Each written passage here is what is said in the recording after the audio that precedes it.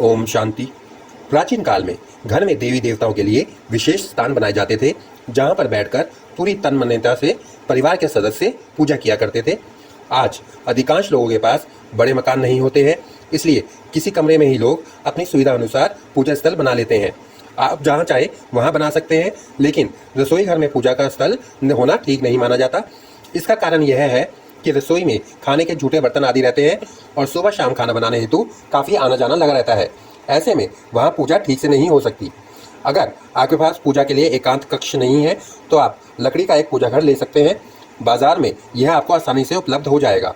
कुछ लोग अलमारी के ऊपर, कुछ व्यक्ति दीवार पर 2 मोटी कील ठोककर और उस पर लकड़ी का एक पाटा लगाकर उस पर अपना मंदिर बना लेते हैं। यह ठीक नहीं है। आप अपने जिस इष्ट की पूजा करते हैं, जिसे आप अपना रक्षक मानते हैं, उसे सही स्थान देना आपकी जिम्मेदारी होती है। इसलिए पूजा स्थल के लिए बाजार से लकड़ी का बना हुआ मंदिर ले आएं। इसमें अधिक पैसा भी नहीं लगेगा। घर में आप जो पूजा स्थान बनाएं वह बिल्कुल जमीन के पास नहीं होना चाहिए और ना ही इतना ऊंचा होना चाहिए कि पूजा करने के लिए आपको स्टूल आदि पर खड़ा होना पड़े। यह इतना ही ऊंचा हो कि आप खड़े होकर आसानी से पूजा कर सकें। इस मंदिर के आगे एक लाल रंग का पर्दा अवश्य लगा लें। रात्रि को सोने से पहले पर्दा लगा दें और प्रातः पूजा के समय इस पर्दे को हटा दें। यदि आप अपने बेडरूम में पूजा स्थल बनाते हैं तो वहां आवश्यक रूप से रात को सोते समय पर्दा लगा दें। यह भी ध्यान रखें कि यह पूजा स्थल आपके पलंग के ऊपर लगा हुआ ना हो। पूजा करते समय आपका मुख उत्तर दिशा की ओर होना शुभ माना गया है, क्योंकि यह दिशा धन के देवता कुबेर की मानी गई है। यह संभव ना हो तो पूर्व दिशा की तरफ मुंह करके भी पूजा कर सकते हैं। यह दिशा सूर्य देव की है। वह पूर्व से ही उदय होते हैं और संपूर्ण सृष्टि को जीवनदायिनी किरणें देकर जीवन दान देते हैं। पश्चिम की तरफ मुंह करके भी आप पूजा कर सकते हैं। इस दिशा में सूर्यदेव अस्त होते हैं। हमारे यहाँ डूबते हुए सूर्य की भी पूजा की जाती है।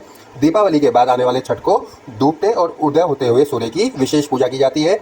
इसे पावन पर्व के रूप में मनाया जाता है। दक्षिण की तरफ पूजा करते समय आपका मुख नहीं होना चाहिए, क्योंकि इसे असुरों की दिशा मानी गई है। इसलिए अपने घर में पूजा स्थल ऐसे स्थान पर बनाएं कि पूजा करते समय आपका मुंह पूर्व, उत्तर अथवा पश्चिम दिशा की ओर ही हो, दक्षिण की ओर ना हो। घर में स्थापित पूजा स्थल में हमेशा एक से अधिक प्रतिमाएं अथवा तस्वीरें होनी चाहिए। पूजा स्थल में आवश्यक रूप से लक्ष्मी जी, गणेश जी की तस्वीर अथवा प्रतिमाएं होनी चाहिए। धन की देवी लक्ष्मी जी हैं और धन के बिना जीवन नहीं चल सकता। गणेश जी को प्रथम देव माना गया है। वह विघ्न विनाशक है, इसलिए अपने तथा अपने परिवार की रक्षा हेतु गणेश जी की पूजा अर्चना के लिए गणेश जी की तस्वीर अथवा प्रतिमा अवश्य होनी चाहिए। इसके साथ यदि संभव हो शिव रूप में शिवलिंग की भी पूजा स्थान में स्थान देना चाहिए। भगवान शिव त्रिदेवों में से एक देव है। भगवान शिव की पूजा उपासना से व्यक्ति रोग शोक से दूर रहता है, उसका स्वास्थ्य भी ठीक बना रहता है। शिवलिंग में सर्वश्रेष्ठ नर्मदेश्वर शिवलिंग को माना गया है। यह नर्मदा नदी से प्राप्त होता है व प्राकृतिक रूप से निर्मित शिवलिंग होते हैं। यह स्वयं सिद्ध होते हैं। सामान्य पूजा विधि से आप इसे अपने पूजा स्थल में स्थापित कर सकते हैं। इसके अलावा आप भगवान शिव की तस्वीर यदि आप लगाना चाहते हैं तो ऐसी तस्वीर लगाएं जिसमें वह पार्वती तथा गणेश एवं कार्तिकेय के साथ हों। इस तस्वीर को परम कल्याणकारी माना गया है। पार्वती के साथ उनकी तस्वीर अधिक सौम्य दिखाई देती है। पार्वती पूर्व जन्म में सती के रूप में शिव की पत्नी ही थी। सती के पिता शिव जी को पसंद नहीं करते थे। एक बार जब वे अश्वमेघ यज्ञ कर रहे थे तो उन्होंने शिव जी का अपमान करने के लिए उन्हें इस यज्ञ में आमंत्रित नहीं किया था। इसका पता जब सती को चला तो वह पिता के इस कृत्य से दुखी एवं क्रोधित हो गई। शिव के मना करने के बाद भी वह अपने पिता के पास गई और शिव को नहीं बुलाने का कारण जानना चाहा। पिता ने सबके सामने ही शिव के लिए अपमानजनक शब्द कहे। इसी से दुखी होकर सती ने यज्ञ कुंड में कूदकर अपने प्राणों की आहुति दे दी। पूजा स्थल में जिन प्रतिमाओं को आप स्थापित करना चाहते हैं वह 6 इंच से अधिक बड़ी नहीं होनी चाहिए। छोटी प्रतिमाओं की चल प्राण प्रतिष्ठा की जाती है। इससे बड़ी प्रतिमाओं की अचल प्राण प्रतिष्ठा की जाती है, जो विधि विधान से विद्वान पंडितों द्वारा ही की जाती है। बड़ी प्रतिमाओं की स्थापना प्राय मंदिर में ही की जाती है। घर का कोई भी सदस्य नियम से प्रातः सायंकाल पूजा अवश्य करे। वैसे तो दोनों समय आपको पूजा स्थल पर दीपक तथा धूप अर्पित करनी चाहिए, लेकिन प्रातःकाल दीपक भी नहीं भी लगाते तो धूप अवश्य लगाएं और संध्या के समय दीपक भी लगाएं और धूप भी अर्पित करें।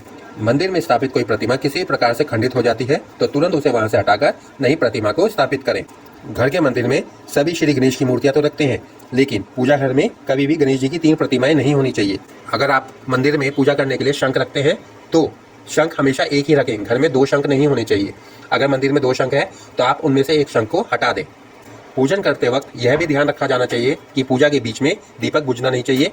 ऐसा होने पर पूजा का पूर्ण फल प्राप्त नहीं होता। घर में जिस स्थान पर मंदिर है वहाँ चमड़े से बनी चीजें, जूते, चप्पलें नहीं ले जानी चाहिए। पूजा के मंदिर में देवी देवताओं को हार, फूल, पत्तियां आदि कभी भी बिना धोए अर्पित ना करें। मंदिर में मृतकों और पूर्वजों के चित्र भी नहीं लगाने चाहिए। पूर्वजों के लिए चित्र लगाने के लिए दक्षिण दिशा श्रेष्ठ रहती है। घर में दक्षिण दिशा की दीवार पर मृतकों के चित्र लगाए जा सकते हैं। घर में पूजा स्थल के ऊपर कोई भी कबाड़ या भारी चीज ना रखें। भगवान का मंदिर ऊपर से खाली होना चाहिए। साथ ही मंदिर पर गुंबद होना चाहिए। धार्मिक कार्यों में खंडित सामग्री शुभ नहीं मानी जाती। घी के दीपक के लिए सफेद रुई की बाती उपयोग किया जाना चाहिए, जबकि तेल के दीपक के लिए लाल धागे की बत्ती श्रेष्ठ बताई गई है। यदि आपको हमारे द्वारा दी गई जानकारी पसंद आई हो तो हमारे चैनल को सब्सक्राइब अवश्य करें और इस वीडियो को लाइक और शेयर करें। धन्यवाद।